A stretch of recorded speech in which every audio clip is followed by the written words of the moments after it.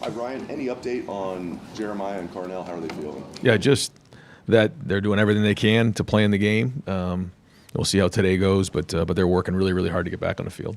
Talk about the topic of trying to play loose in big games. Is that easier said than done? Like you guys came out against Oregon last year, felt like in the Rose Bowl, just played loose. Is that easier said than done in big games? Yeah, I think it comes down to your confidence and your preparation. And that's what we have to focus on. And it's easy to start to get distracted. At the end of the day, like the more prepared you are, then the more confident you go into games. And that's something that we focused all season on and prepared each week the same way and focused on the things that we have to make sure we master in order to win this game. So it's important to go in with confidence, and a big part of that is how you prepare. It's like when you go into a test and you know what the answers are, you come in and you walk in like and that's just the way it is in any game, and it includes this one. I know there's obviously a lot of discussion around the injury stuff, but one of the guys who's been in and out of the lineup with over the last month is Lorenzo Styles Jr., and he left the game on Saturday with the injury. What does it mean when he's out there for you guys defensively, and how confident are you that Bryce West, if needed, can provide the same kind of impact? Yeah, well, Lorenzo is somebody who has played a lot of football now, and I think when he made the transition from wide receiver to defense, started at corner and then moved into nickel. He's a guy who is a student of the game, works hard, has a great mindset, lives a life of discipline, and you're seeing him play his best football now. And when he's out there, he makes an impact on our defense, communicates well, covers well, can tackle. And so we've worked hard to build depth at all positions. And that's not the first time that we've had to go and finish a game without Lorenzo. So if that were to come up again, we're confident that when we put the guys in the game, we have the right personnel to get the job done. Right. Maybe the timing doesn't make sense right now. But if Chip wanted to come back, or if you had an opportunity to get him in the building to help, how would that work? And is that even a remote possibility if you're not even thinking about it right now? Yeah, I would say not thinking about that right now. It's just too much going on. I do think right now, we have great chemistry, but we got to be on our game as a coaching staff this week. We got to be clean. We got to be great with our meetings. We got to be great on the field, and allow the guys to play really, really fast. So, all of that has been working up to this moment here. So that's not something I thought about, and right now we're gonna stick with what we got. To follow up real quick, do you have an update on Lorenzo? Do you expect him to play on Saturday? He's going to practice today, but I don't have an update now. Last year, you've been asked a lot about the meeting that happened after the game and before the playoff. That obviously fueled the run that you guys had in the postseason, but how much have those lessons stuck with you throughout this year? And, is that something you think about as you go into the game, some of the stuff that was said after the game last year? Well, every season is different, and every game is different. And you use your past experiences to do everything you can to put your team in a position to be successful. That's really what it comes down to. And so every year you learn, you grow. This is a different team. This is a different opponent in terms of their personnel. And so we're going to do everything we can to win this game and focus on that, because what's coming tomorrow or what's coming on Saturday doesn't matter. What matters is right now, like having a great Tuesday. But what's happened in the past doesn't matter either. It doesn't. You can learn from it, but let's just have a great Tuesday and prepare the best we can to go win this game on Saturday. And that's where the focus has to be, and we can't let anything else distract us. Brian, when you talk about trying to keep the same routine and the mindset the same, I mean, it's still Michigan, obviously, and it's the higher emotions for these guys. What's the message like for the players? I mean, on one hand, you want to keep things normal, but you also probably want to lean into that emotion for them, or maybe you don't want to. No, I mean, you have to play with emotion, but you can't let it play with you, and you have to learn to use it as nitrous, not as a primary fuel source. And I think that's where our guys have to continue to just focus on the process of how they prepare for games, and they're going to have enough emotion when they get into the game. We don't need to incite any more of that during the week. They know how important this is. They know that this is our number one goal every year to win this game. So that'll be our focus, and like you said, I mean, you start to get over emotional, then you can start getting distracted and get yourself out of whack and not do your job. So let's just focus on each individual guy, making sure that at the end of the day, they've graded out a champion and that their positions have graded out a champion. Coach, scout them. They're banged up a little bit too with some things. What do you see when you see Michigan? Well, talent all over the field. It starts on offense with the quarterback. He's a dangerous player. The running back, Marshall, is a very good player as well. Runs downhill. He's physical. Offensive line and tight ends are good. Marsh and Colley are very good as well. So talent. On defense, same thing. You see, Moore and Barham off the edge. These guys are two of the best pass rushers in the country. And certainly, in the back end, they've created a lot of turnovers. So special teams is very good. I mean, again, what you'd expect in this type of a team, talent in all three phases, well coached. And so, we got to make sure that we're preparing at a high level this week and be at our best. Two first-year starting quarterbacks will face off in this game. What are the priorities for Julian? To continue to do what he's done and lead the team to a victory. That's it at the end of the day. And what does that look like? It depends on how the game plays out. But he's got to do his job, make great decisions, and ultimately, be the guy that leads the team to victory. And that's the number one goal. The rest of it, is gravy. So, he's got to do as good a job as anybody in the building this week. I'll get out in front of it. He's got to communicate, handle the environment and what comes with it. He's shown composure this year, but again, now he's got to be at his best. Yeah, Ryan, of all the ways you could describe this week, is it fun to be the head coach at Ohio State this week? Like I say, fun is kicking ass, and that's what we want to do on Saturday. So we're preparing to do that, and that's it. Like, there's nothing funny about this at all. But the fun part is winning. So we'll save the fun for being in the locker room and celebrating after the game. But the preparation is like, that's what you love. You love the competitive part of this and everything that comes with it. And our guys came in Sunday, came in here yesterday, got work on their own, and even guys in the building today. I mean, they got a good bounce in their step, and they look forward to this week. Second row, Stephen. Just a little bit more, Julian. Obviously, you were always going to start into your season with two pretty big matchups, and there was a way you guys approached things with Julian in week one. Even you said that maybe in hindsight you could have given him more, but you did that with a purpose. It's 12 games later, and your quarterbacks haven't necessarily been at their best in this game. What do you guys do with him? What does he do? Are you confident that you're going to get the best out of your quarterback in a game like this? Just win. Like, that's it. Just lead the team to victory, whatever that looks like, and however that is, and that's the number one goal. So these guys are going to prepare all week, and we're going to put together a great game plan for them to be successful, and that's it. And they got to go put it on the field, and but it's not just the quarterback; it's everybody involved. And that's what we all need to understand. I think sometimes when we look back, we want to point the finger at one thing or another, but it's everybody, and that's why. When we play in matchup games like this, it can come down to one play. So everybody in the entire building has got to be on point this week, and that's special teams, and that's on offense and defense, and everybody involved with it. So certainly the quarterback gets a lot of the attention, but we need everybody.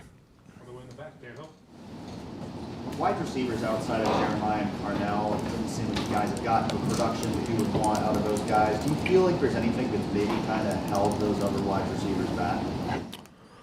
Well, I mean, I think they're getting more opportunity in games, and when they do, you're seeing some improvement there, and so this is great for them, and this is the challenge, this time of year. Last year it was with the offensive line, and this year now it's with wide receivers. So this is where you get tested, and this is what coaching's all about, and making sure that guys are stepping up to do their job when it matters the most. And so, again, great opportunity for them now that they've played some games here. They played some conference games. They got to continue to grow and step up this week. To clarify, you said with Jeremiah and Carnell, they're working hard and they can. Do you expect they'll be able to practice, or what's your expectation for them going through this week, and how much do you need to see them? I think that's probably something for the medical staff to figure, and when they give us the thumbs up, we'll go. But they'll be getting physical reps and mental reps all week in preparation. These guys have played a lot of football, so in the end, we'll look to the medical staff to give us the thumbs up or not, but they're going to do everything they can to get on that field. Right, I think Will Kasmarik's only played like 19 snaps or something like that the last 2 weeks.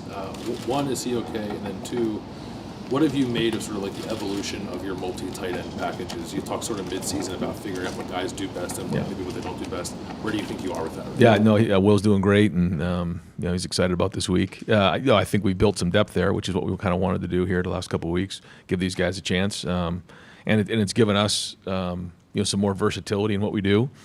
And that's important. I think it's important now more than ever when you're dealing with different personnel groupings and what these guys can do. And when you look at them, their versatility is critical. And so, I think when you look at them, they all can do things well. I think I guess there's some things that each guy does a little bit better than other, but there's not really anything that like we'd take them off the field for or anything like that. So, Keenan's done a nice job of building camaraderie in that room and production. Ryan, obviously we understand your focus on routine this week. Is there anything that would be said or a little video clip shown or something that would be different this week, or is it really? Yeah, I would say so. Okay. Yeah. Okay. I mean, because there's a difference of like the preparation, the routine, and then like the other stuff that maybe slips in. Yeah. No, I mean, certainly you have to know your opponent, and you got to know what comes with it. But we're also not going to overdo it. So, there'll be a lot of things shown this week. So, and we'll just, the motivation's already there. And again, we need to make sure we stay focused. Okay. And then there's been a lot of the way your defense has played this year. What does a great defense mean in a game like this in late November, in a tough game that's the most physical game of the year? How prepared do you think your defense is for this game? Well, I think, when you watch the way we've played this season, it's, again, been in preparation for this time of year and in this game. And so, you go off of what you've seen, and it's important that we put a good plan together, that these guys can play fast on the field and understand situational football, try to take away what they do best. And just play great defense. And in a game like this, field position becomes critical. Everything becomes critical. So, I know that these guys are already in here working really hard on that game plan, and we need to have a great Tuesday practice. But it gives everybody confidence, when you have a defense that's playing well. Yeah, Ryan, I think this is your 7th one of these, 6th as head coach. What's the biggest challenge about this rivalry? As a coach, and then personally? I just think it's probably, just making sure that, you're keeping everybody locked in and focused on doing their job. I know, boy, that sounds really basic and bizarre, but there's obviously a lot that comes with this. This game means a lot to a lot of people. Nobody more than the people in this building, but I think that's where, you have to make sure that you're compartmentalizing all that and doing what you need to do to make sure you're ready to go play in the game and putting your guys in a situation to be successful. And then just getting rid of all the distractions and getting with your guys and getting ready to go play a game. And that's really it. I think, the rest of it is what you do all season long. I don't think you'd all of a sudden just get yourself up and ready to play in this game. It's a preparation week after week after week after week to be at our best for this one right here. And so here we go. All the foundation's been set. It's time to go put it to work. Yeah, go ahead, Rob.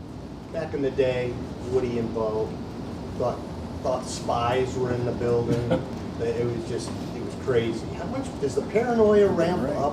How paranoid do you guys get that something's happening? I guess this week what you try to do is you just try to bring everybody a little bit closer, a little bit tighter. It's just kind of what happens when you're playing this week. And we'll do the same thing, when we head up there. It's kind of the way it is, I guess, maybe because Thanksgiving week and everything like that, we all just get a little bit closer and batten down all the hatches. Ryan, from 2019, when you did this for the first time as a head coach to now, what lessons have you learned, maybe on the field, maybe off the field, preparation, obviously you're doing things differently this week. Like what has changed from that first time being the head coach in this game to Titan? Yeah, I think when each year is probably a different story when you start it from beginning to end, and what transpired during that game, and then I think for me it's just continually stepping back and looking, all right, so how do we get ourselves to that point during the season, and then how do we perform during the game? And clearly the last 4 years it hasn't been good enough. We've lost the game, so you have to be critical and figure out, okay, what needs to be better. So, there's certain things schematically, there's certain things during the season that you feel like you have to prepare for to be ready and have things ready to go for this game. And then there's also just a mindset going into the game that you have to make sure you're ready for. I know you can't look ahead to the game during the season, but how much do you look forward to it this week? Yeah, well, I think that goes back to what we talked about, the whole idea of chopping wood and carrying water, and knowing that you just can't hustle to the Saturday after Thanksgiving. You got to play through the year, and there's a lot that goes with it, and it's a building process and a foundation, and we're finally here. So this is the best part of it. We've been waiting a long time to get back to this week. Brandon Innes said last week that ever since the Michigan game and probably the meeting and everything that happened afterward, you have a different look in your eye. How do you think that game, that loss, how you handled it, changed you, affected you as a coach, any of that? I don't know. We're all a sum of our experiences, and you learn from things and you grow from things, and you just try to do everything you can, again, to put your guys in a situation to be successful, and that's it. And we're going to rely on our experiences going into this week. I can't really say. We all grow. We do things well. We have our failures, but you got to grow from them, and that's it. And so this team right here is a different team. They have a great look in their eye.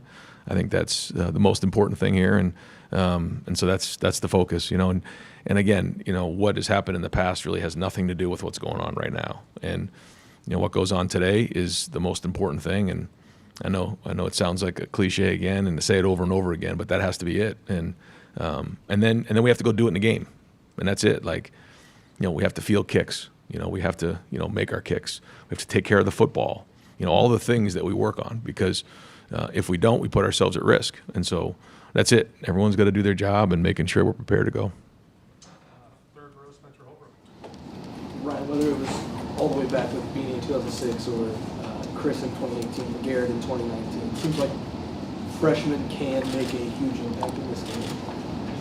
What makes you ready to trust a freshman in this game, and do you think that this is a good opportunity for Bo to make an impact in this game? Oh yeah, we need Bo to play well. We need him to be at our best, at his best, like everybody else. And you just go for what you've seen all year. And we all know that what this game means, but we also have to make sure they understand it's football. And so you have to trust what you've done leading up to this point. That's why we work so hard in preparation and what he's done up to this point in his growth. So and these are the types of games where legends are born, and so these guys understand that. And I think about Chris Olave as a freshman, that year where he blocked the punt and had 2 touchdowns in that game. Like that, his career just took off from there. Garrett Wilson had a big game that year.